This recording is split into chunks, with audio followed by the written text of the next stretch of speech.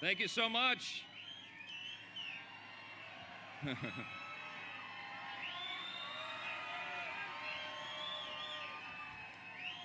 Good afternoon and welcome to the nation's capital. We are delighted that you're here and really sorry about the weather, especially for my friends from Louisiana. They're freezing. That's my home state.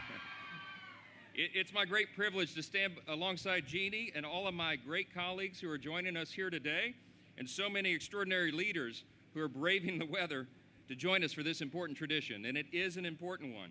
We're so encouraged to see all of you. Everybody from across the land. The beauty of this event is that it's a beautiful picture of America. We have people from all walks of life, all ages, all experiences, all backgrounds, and we're all joining to celebrate life and what it means to be an American. Thank you for being a part of that.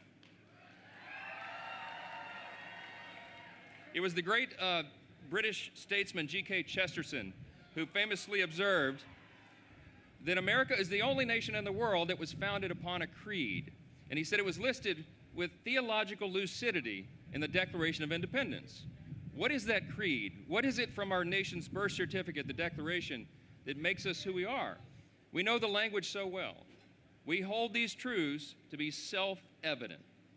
In other words, obvious, that all men are created equal. Not born equal, created equal. That's what the founder said. That's right.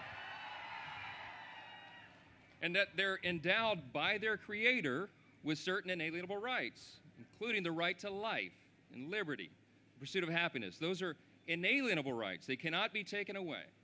And so it's from the very beginning that our founders boldly proclaimed those self-evident truths, that our rights do not come from government, our rights come from God, our Creator.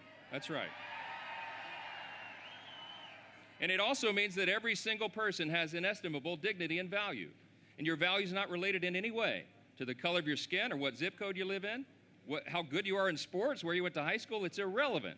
Your value is inherent because it is given to you by your Creator. Our national creed is the essence of who we are in this country. It is the foundational principle that made us the freest, most successful, most powerful, most benevolent nation in the history of the world. And we can never forget that. I am myself a product of an unplanned pregnancy. In January of 1972, exactly 1 year before Roe v. Wade, my parents, who were just teenagers at the time, chose life. And I am very profoundly grateful that they did. See, what we have to do right now, and I believe the reason all of you are here is you understand that we have to build a culture that encourages and assists more and more people to make that same decision. This is a critical time to help all moms who are facing unplanned pregnancies, to work with foster children, and to help families who are adopting, to volunteer and assist our vital pregnancy resource centers in our maternity homes, and to reach out a renewed hand of compassion and to speak the truth in love. That's what we do. All of us can play a role in that really important work. This is also a pivotal time to promote quality health care for both women and their unborn children. This week in Congress, you'll be encouraged to know the House passed the Pregnant Students' Rights Act because, that's right, because being pregnant while finishing your degree can be really difficult, but women should not be presented with a false choice of being a mom or being a student. That's right.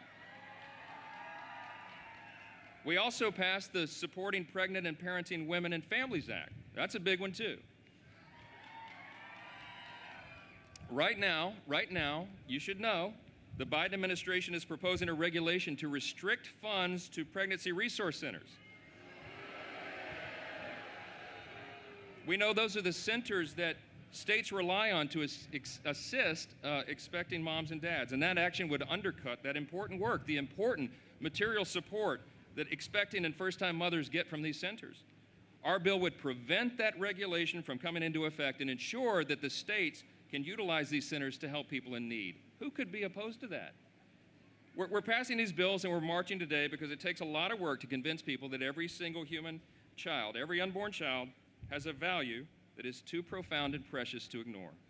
And we have every reason to be optimistic, my friends, that we can change public opinion. We find encouragement from the leaders of previous generations. We can learn from the great Americans who changed public opinion throughout our history. Abraham Lincoln and Frederick Douglass and Susan B. Anthony. They challenged the prevailing narratives of their day, and they succeeded. And you know how they did that? We have to remember this. This is the key. Their success was grounded in our nation's creed that we just spoke about. And they reminded their fellow Americans about our founding principles, and as Lincoln said in his famous first inaugural, the better angels of our nature. We should do the same thing today. My friends, let's be encouraged, let's press on in hope, and that we can join together and make this great difference. I believe that we can. We can stand with every woman for every child, and we can truly build a culture that cherishes and protects life. God bless you. Thanks for braving the weather. We'll see you soon.